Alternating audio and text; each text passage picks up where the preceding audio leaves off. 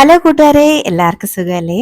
അപ്പോൾ ഒരു വെജിറ്റബിൾ സ്റ്റീമറിലോട്ടെ നമ്മുടെ അച്ചിങ്ങ പയറുണ്ടല്ലോ, അതും പിന്നെ കുറച്ച് ചേമ്പും കൂടെ ഒന്ന് ചേർത്ത് ഒന്ന് സ്റ്റീം ചെയ്തെടുത്ത് നല്ല അടിപൊളിയായിട്ട് ഒരു ഐറ്റം ഉണ്ടാക്കിയെടുത്താലോ. അപ്പോൾ ഇതെങ്ങനെ ഉണ്ടാക്കുന്നതെന്ന് കണ്ടു നോക്കാൻ വായോ. അതിന് മുന്നേ ചാനൽ സബ്സ്ക്രൈബ് ചെയ്യാതെ ആരെങ്കിലും കാണുന്നുണ്ടെങ്കിൽ പ്ലീസ് സബ്സ്ക്രൈബ് ചെയ്തേക്കണേ.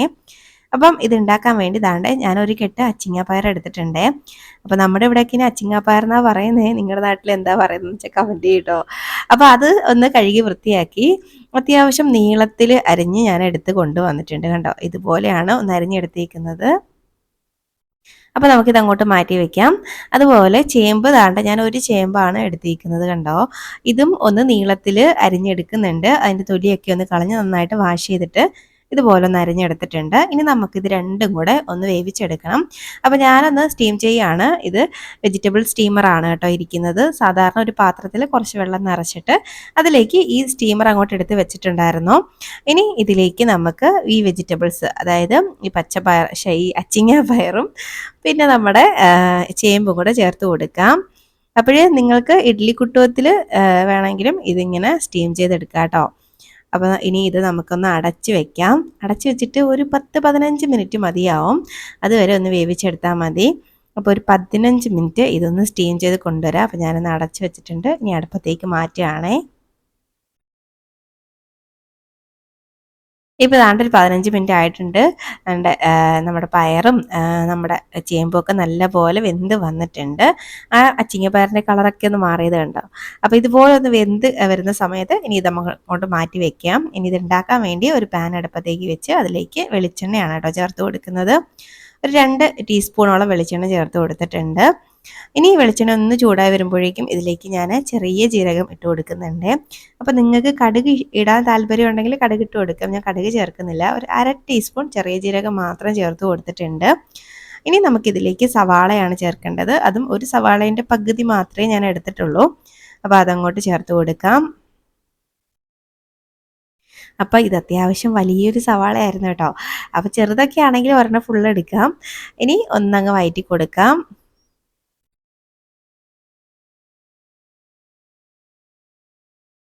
ഇതിലേക്ക് ഞാൻ ഒരു പച്ചമുളകും കൂടെ ഒന്ന് ചേർത്ത് കൊടുക്കുന്നുണ്ട്.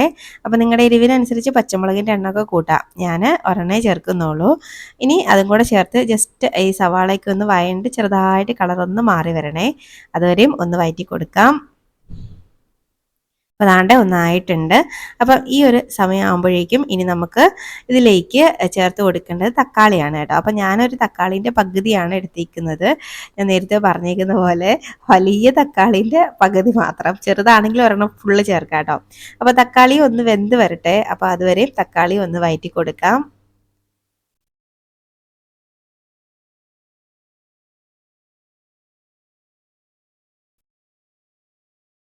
തക്കാളിയൊക്കെ പെട്ടെന്ന് അങ്ങ് റെഡിയായി കിട്ടും. അതുകൊണ്ട് തക്കാളി റെഡി ആയിട്ടുണ്ട്. അപ്പം ഇതുപോലെ ഒന്ന് വഴണ്ട് വരുമ്പോഴേക്കും അങ്ങ് കുഴഞ്ഞൊന്നും പോയിട്ടില്ല, വെന്ത് വന്നതേ ഉള്ളൂ. അപ്പം ഈ സമയമാകുമ്പോഴേക്കും നമുക്കിതിലേക്ക് പൊടികൾ ചേർക്കാം. ഒരു 1/4 ടീസ്പൂൺ മഞ്ഞൾപ്പൊടിയും ഒരു 1.5 ടീസ്പൂണോളം മുളക് പൊടിയും ചേർക്കുന്നുണ്ട്. ഈ മുളക് പൊടി കാശ്മീരി ചില്ലിയാണ് കേട്ടോ. അപ്പോൾ നിങ്ങൾക്ക് വേണമെങ്കിൽ എരിവെള്ള മുളക് പൊടി ചേർക്കാം. ഇനി ജസ്റ്റ് ഒന്നങ്ങ് വഴറ്റി കൊടുക്കാം.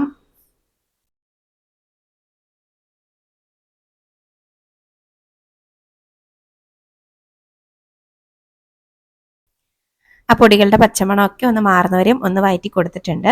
അപ്പോൾ ഞാനൊരല്പം വെള്ളം ഒന്ന് ചേർക്കുന്നുണ്ട്, കുറച്ചൊന്ന് സോഫ്റ്റ് ആവാൻ വേണ്ടിയിട്ടാണ് കേട്ടോ. അപ്പം ഒരുപാട് ഈ മസാല ഡ്രൈ ആവുന്നുണ്ടെങ്കിൽ ഇതുപോലെ കുറച്ച് വെള്ളം ഒന്ന് ചേർത്ത് കൊടുത്താൽ മതി. അപ്പോൾ ഞാൻ ഒരു 2-3 ടേബിൾ സ്പൂണോളം വെള്ളം മാത്രമേ ചേർത്തിട്ടുള്ളൂ. ഇനി ഒന്ന് മിക്സാക്കി ഈ മസാല ഒന്ന് തിളപ്പിച്ചെടുക്കാം. അപ്പോൾ പൊടികളുടെ പച്ചമണമൊക്കെ മാറാനുണ്ടെങ്കിലൊക്കെ നന്നായിട്ട് മാറിക്കിട്ടും.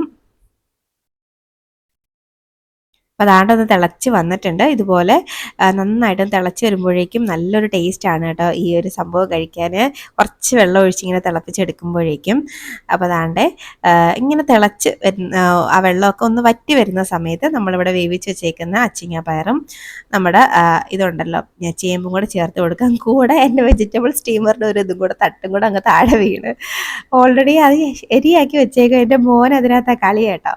പുതിയ ഐറ്റം ആണെങ്കിലും അതിങ്ങനെ ആയിട്ടുണ്ട്. അപ്പോൾ അതാണ്ട് ഞാനിങ്ങനെ ഒന്ന് മിക്സാക്കി എടുക്കുന്നുണ്ട്. ഇനി നന്നായിട്ട് ഒന്ന് മിക്സാക്കി കൊടുക്കാം. ഈ ചേമ്പിന് പകരം ഇതിൻ്റെ കൂടെ ഉരുളക്കിഴങ്ങ് നമുക്ക് യൂസ് ചെയ്യാം കേട്ടോ, അത് നല്ല ടേസ്റ്റാണ്. അപ്പം ഞാനിതിലേക്ക് ഉപ്പ് ഇതുവരെയും ചേർത്തിട്ടില്ലായിരുന്നു. അപ്പോൾ ആവശ്യത്തിനുള്ള ഉപ്പ് ഈ ഒരു സമയം ഇട്ട് കൊടുക്കുന്നുണ്ട്. വീണ്ടും ഒന്നും കൂടെ എല്ലാം ഒന്ന് മിക്സാക്കി കൊടുക്കാം.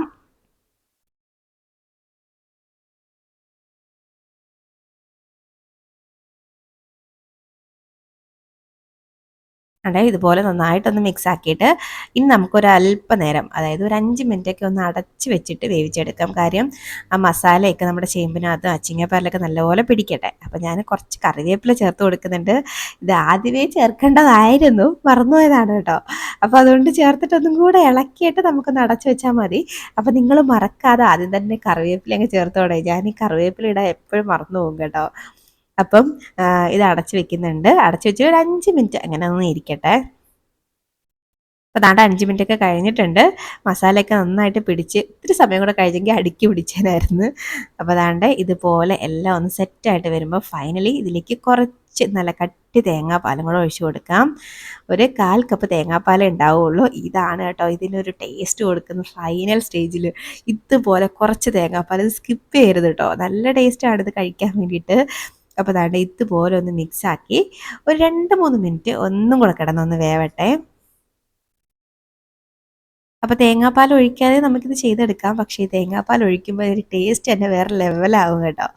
അപ്പോൾ അതാണ് ഒരു 2-3 മിനിറ്റ് മാത്രം ഇങ്ങനെ ഒന്ന് വെന്ത് വന്നിട്ട് നമുക്ക് ജസ്റ്റ് ഇതുപോലെ മിക്സാക്കി ഫ്ലെയിം അങ്ങ് ഓഫാക്കാം. നല്ല ടേസ്റ്റി ആയിട്ടുള്ളൊരു മെഴുക്കുവരട്ടിയാണ് കേട്ടോ, നല്ല അടിപൊളിയാണ്. അപ്പോൾ നിങ്ങൾ ഈ 2 കോമ്പിനേഷൻ ഇതുവരെയും പരീക്ഷിച്ച് നോക്കിയിട്ടില്ലെങ്കിൽ ഉറപ്പായിട്ട് ചെയ്ത് നോക്കണം. അതും ഇതുപോലെ ഉണ്ടാക്കി നോക്കണം കേട്ടോ, പൊളി ടേസ്റ്റാണ്.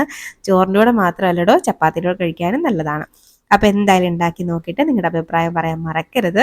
അതുപോലെ വീഡിയോ ഇഷ്ടമാവുകയാണെങ്കിൽ ലൈക്ക് ചെയ്യാനും മറക്കരുത്. നമുക്കിനി ഒരു റെസിപ്പിയുമായിട്ട് വീണ്ടും കാണാം. അതുവരേക്കും ബൈ, താങ്ക്സ് ഫോർ വാച്ചിങ്.